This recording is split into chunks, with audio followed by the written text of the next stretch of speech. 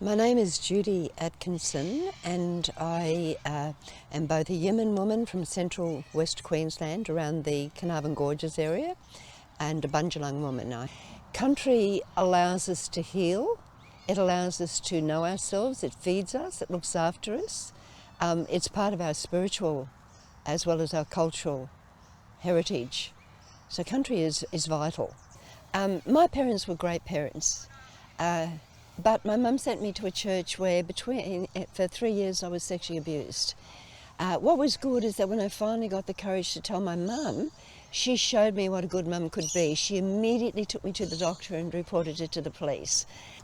So one of the most important experiences was being in Cape York and having an elder ask if I could do something about a child being raped. It turned my life upside down and got me to start to think in a different way. We were doing land claims, self-management things. We had 10 minutes to decide on how we were going to allocate $23 million of housing money. An elder, demonstrating eldership, came up to me and said, last week a little 5-year-old child was raped here, could you do something? And it stopped me because a child being raped at that age, I hadn't really thought much about it.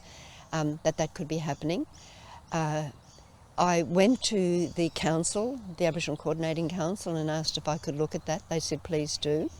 And as I started to investigate it, I started to hear other stories and started to see that there was a major issue of violence. So I decided to do a PhD, which was going to ask the question, what is this violence we're living with now as Aboriginal people? And then 9 months into the PhD, the people I was working with came to me and said, Judy, we don't want to talk about this stuff anymore. We want to do healing work. And I went, what's healing? And they said, we don't know, but we want to do healing. And I said, okay, you're on. So my work now is focusing on how we can work with kids, particularly kids who are really hurting, coming from families that are in generational trauma, down through the generations, the distress, and kids who may be living with drugs or alcohol in the home and domestic violence and other issues. So it's about healing children, giving them a sense that they can do something in their own life and helping them to move on. Symptom is history. So when I walk into a place, into a community, and there's a lot of problems there, I'm looking for the symptoms, the history that's brought these symptoms to the fore. And in children, behaviour is language. So we're in a school, Friday afternoon, the kids are starting to get really agitated. They're anxious, and it's frightening because the children, through their behaviour, are telling us things that we don't want to hear. Before I started my PhD, I found out about something called Dardiri or Dardiri from Miriam Rose Ungaban-Borman in Daly River. A special quality, a unique gift of the Aboriginal people is inner deep listening and quiet still awareness. And doing my PhD, the question was always, how do I listen? How do I still myself, particularly in my heart when it's starting to pump, when I'm starting to really hear painful stuff?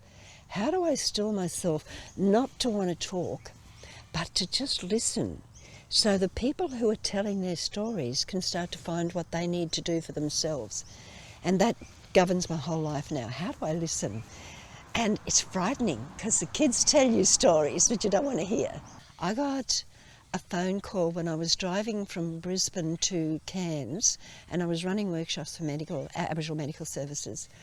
And the phone call was, would you consider doing something for the Kunga Stopping Violence program? It was the person in charge of it. We know your work.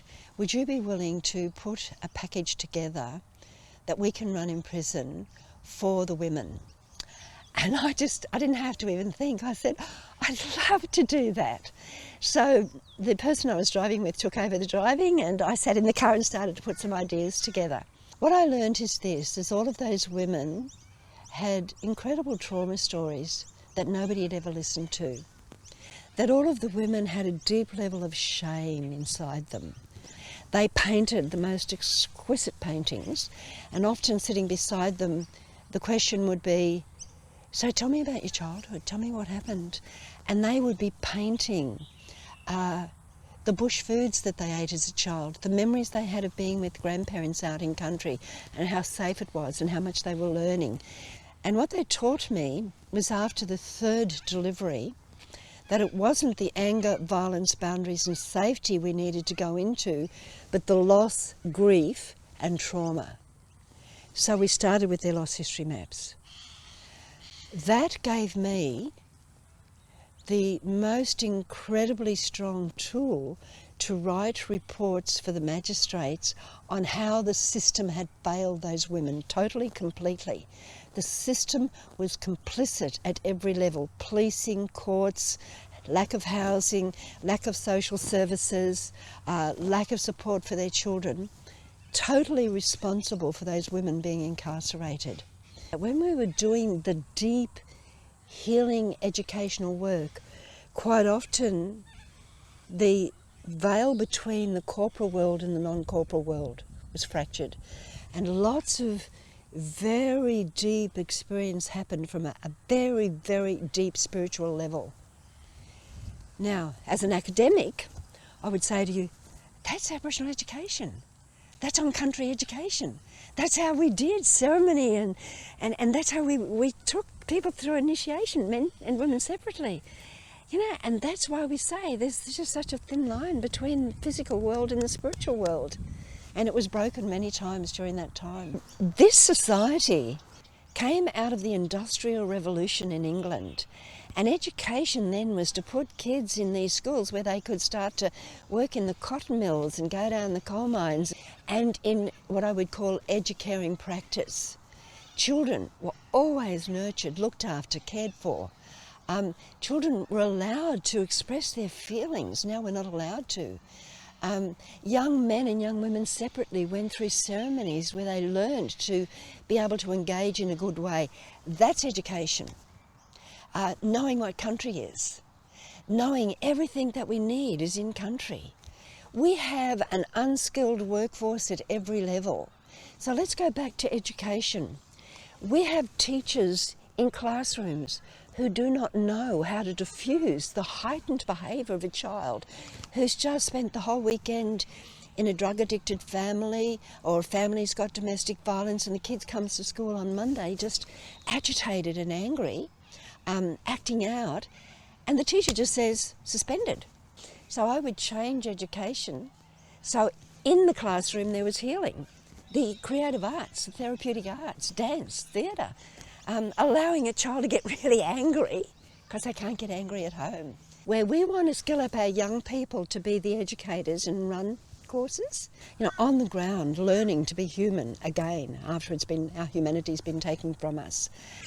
You could call it, there's terminologies for it, adventure-based therapy, bush-based therapy, on country, learning about country. And we skill up our young people to be the guides. It's a business. Universities are a business, but they destroy our right to teach and heal in our way. So take it back to country. We have to go back to that, because the universities today are teaching all of this Western education, which has no relevancy to the colonial context international that has destroyed civilizations, destroyed people's lives, and have brought this world to the brink of disaster. In eldership, the elder will then sit and bring out of a community what they can do, or a family what they can do to respond to those needs. In eldership, we don't take sides. I have a very big issue about trashing people. Never do it. I don't like what we call lateral violence at all. So elders would never do that. Elders do not take sides against each other. So eldership is when they demonstrate, they walk their talk about how we should be engaging better together, bringing children up in a good way. So they're our future. And I want to finish by saying that there was a comment that had been made that our children are our future. I dispute that. I say we are our children's future. Australia is not our future. We are the future of Australia by what we do now. So we, as adults, as elders, as people, are the ones that are responsible for bringing up our children in a good way.